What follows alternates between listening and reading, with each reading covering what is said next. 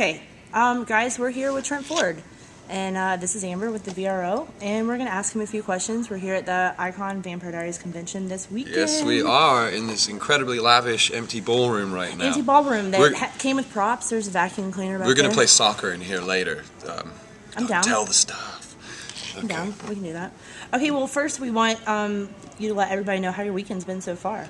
So far, overwhelming in the best of ways. I mean, I had knew nothing of what to expect of this, and it is disarming how enthusiastic people are, Right. and just sincere. And it's very easy to just be yourself with that, because I've been saying repeatedly that I'm a super fan of a lot of things too. And if I could, have a convention where I could go and meet them, and also meet like-minded people. Right. It is. It's kind of like a reunified summer camp once every year or 6 months or whatever it is. That makes sense. That makes sense. We're Yeah. convention geeks, so we get You it. know them all. We You're definitely get it. professionals. Yeah, we like going. Well, We get beginning it. to understand, like, it's its own culture as well. I mean, Yeah. and within it there are subsets. Some people are like, we do the whole horror thing, Yeah. and some are like, no, just the undead, just vampires. It's like, and you can get even more narrow than that. Also kind of the encyclopedic signature hunters and stuff like that, who you start talking to them and you realize they've got over 1,000 signatures of the who's who of actors over a Right. span of 50 years. And to be honest, when somebody asks for you to be placed in with that, that's really It's cool. Like, It is that's cool. kind of. It is cool. I mean, you don't become an actor to be rich, I don't think, but you hope to be immortal, and that's kind of part of it. So it's really satisfying. Well, you said you were a super fan, and I'm actually going to skip down to that. That's one of my Alright. questions. Is I wanted to know what you're a super fan of, some of the things that you kind of fanboy over, because on our radio show we recap a lot of shows, so we Yeah. fangirl over a lot of really good stuff. So we just want to know what you're watching, what you're into. Okay, so on one level, I'm a big sports super fan Okay. of especially the Cleveland Browns. They're my childhood love. I can honestly say that in my top 5 wishes for life, to be married, to have children, to have a house, the Browns winning the Super Bowl will probably be number 5. I've been through enough heartbreak, and I love collecting kind of unique pieces, and you really have to hunt for this stuff. I think that's the fun of it. You don't just want the generic whatever. Right. I mean, I have this signed photo of Jim Brown, the actor and football player, in my kitchen that is just my pride and joy. I collect a lot of music. I've got several thousand CDs. I don't do iPods and I still use stuff. CDs. You know why? For me, it's tangible, so I can actually remember what I've got. I've got so much. If it's not alphabetized, then I'm in big trouble. Right. So again, I'm like a huge fan of very particular things. So I'm always trying to kind of find more bootlegs of like Steely Dan and stuff like that. Right. And then like in terms of like media and film, I am a super geek of, and I never realized it, but 80s cartoons. Because of being the oldest of 4 kids, I got the full spectrum of them. I know Right. the songs to all of them, Right. including My Little Pony, including Care Bears the movie 1 and 2, He-Man and She-Ra Christmas special. That was pretty good, right? So now you're all nodding. So, Right. but it Yeah. gets like, I get work, because the one I've been throwing curveballs at people about when they start trying to mess with my 80s comicness, cartoonness, is, you ever heard of Jason the Wheeled Warriors? That was a badass cartoon.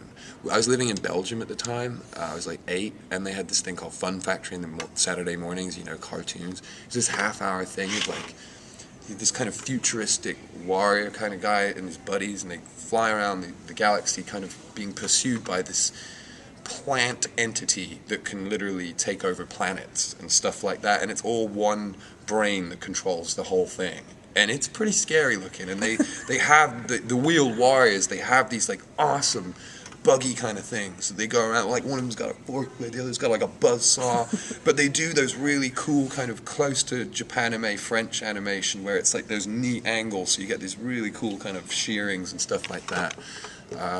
I'm currently trying to get my hands on the soundtrack to the Transformers movie, which is The the first original. one? Okay. I mean, we all know Right. that, right? I mean, Right. Orson Welles is Unicron. Could we just get Leonard Nimoy is in it? I mean, like, there are some serious actors' names in there. And you honestly watch that and you're like, it urinates all over the modern movies. Not even politely. I mean, it roughly does it to them. I mean, it is just like, I mean, the way it opens, they kind of pastiche Star Wars a bit. The track goes up, right? And I can't really do it very well, but it's like, Transformers! Do-do-do-do-do. And it's like all the big 80s bands, you know what I mean? You got the touch. Yeah. You got the power. Yeah. And they do the slow-mo stuff, you know, and Hot Rod, he's the one that looks after the little human boy, and he becomes Rodimus Prime.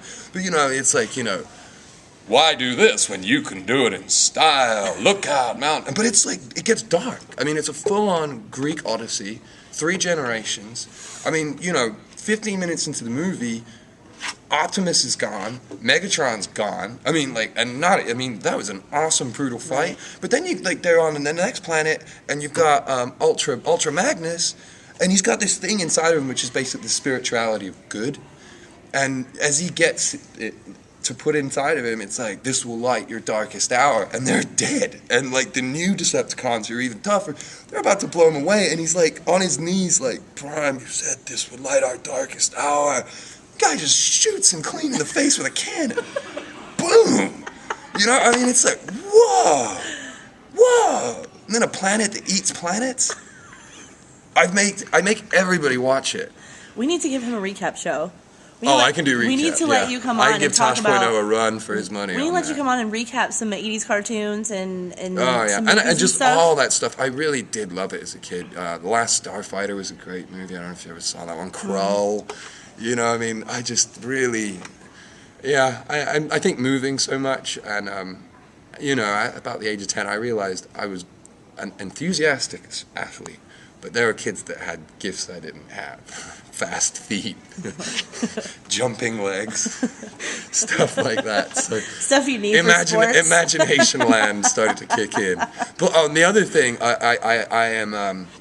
It's slowed down a little bit now because it actually takes a lot of time and effort to do it. But I collect what is similar to Dungeons and Dragons. It's the Games Workshop brand that actually produced the Lord of the Rings little lead figure games as well. And I play this one game called Blood Bowl, which is a fantasy version of American football. My brother probably knows what where this you is. can, and you put together teams of, like, you know, orcs or dwarves, and it's just great fun because, you know, in addition to, like, there's football, you can use chainsaws, an ogre can pick up a little snotling with the ball and throw it down the field. It's very geekish, and I think that's why it's slowed down because it's really hard to find anybody who wants to play.